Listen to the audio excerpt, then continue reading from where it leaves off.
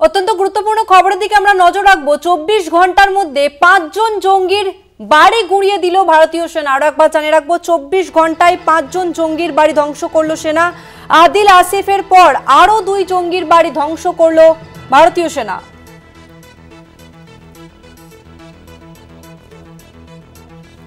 আর এই নিয়ে আমরা আরো বিস্তারিত জানবো। আমাদের সঙ্গে ফোন লাইনে রয়েছে প্রতিনিধি অরিত্র ঘোষ। অরিত্র, তাহলে কি এবার অ্যাকশন মুডে রয়েছে ভারত? কারণ কি 24 ঘন্টার মধ্যে এবার 5 জন জঙ্গির বাড়ি ধ্বংস করে দিল ভারতীয় সেনা।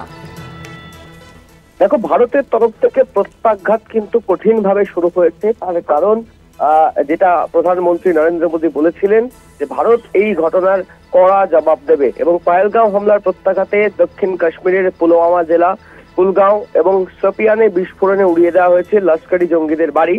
যেটা আমরা সেনাবাহিনী সূত্রে খবর পাচ্ছি, এই 3 জনই পহেলগাঁও হামলার সঙ্গে যুক্ত ছিল বলে অনুমান। 5 জঙ্গির বাড়ি গুঁড়িয়ে দেওয়া হলো এখনো পর্যন্ত, অর্থাৎ গত 24 ঘন্টায় মোট 5 জন জঙ্গির বাড়ি গুঁড়িয়ে দেওয়া হয়েছে। যেটা শেষ মুহূর্তের আপডেট, শুক্রবার রাত্রে পুলওয়ামার মুরানে বিস্ফোরণ ঘটিয়ে উড়িয়ে দেওয়া হয়েছে লস্করি তৈবার জঙ্গি এহসান উল হক শেখের বাড়ি। বিস্ফোরণে ধ্বংস করে দেওয়া হয়েছে কুলগাম জেলার মাতালহামায় আরেক লস্কর জঙ্গি জাকির আহমেদ গানিয়ার বাড়ি, এবং সোপিয়ানের চটিপোড়ায় আরেক লস্কর জঙ্গি সাইদ আহমেদ কুতেই, তার বাড়িও বিস্ফোরণে উড়িয়ে দেওয়া হয়েছে। এবং গতকাল আমরা দেখেছিলাম ত্রাল এবং বীজবিহারায় 2 জঙ্গি আসিফ আহমেদ শেখ এবং আদিল গুরিয়ার বাড়িও বিস্ফোরণে উড়িয়ে দেওয়া হয়েছিল। সব মিলিয়ে এই যে পহেলগাঁও হামলার ঘটনা, সেই ঘটনার পর থেকে কাশ্মীর জুড়ে শুরু হয়েছে চিরুনি তল্লাশি, এবং সেই তল্লাশির মাঝেই সেনাবাহিনীর তরফ থেকে সন্দেহভাজন জঙ্গিদের যে বাড়িগুলি রয়েছে সেই বাড়িগুলিও ভেঙে গুঁড়িয়ে দেওয়া হচ্ছে। শেষ 24 ঘন্টায় এই যে 5 জন জঙ্গির বাড়ি গুঁড়িয়ে দেওয়া হলো, এটা কিন্তু অত্যন্ত উদ্বেগ এবং উৎকণ্ঠা। তার কারণ কড়া প্রত্যাঘাতের পথেই হাঁটছে ভারত সরকার।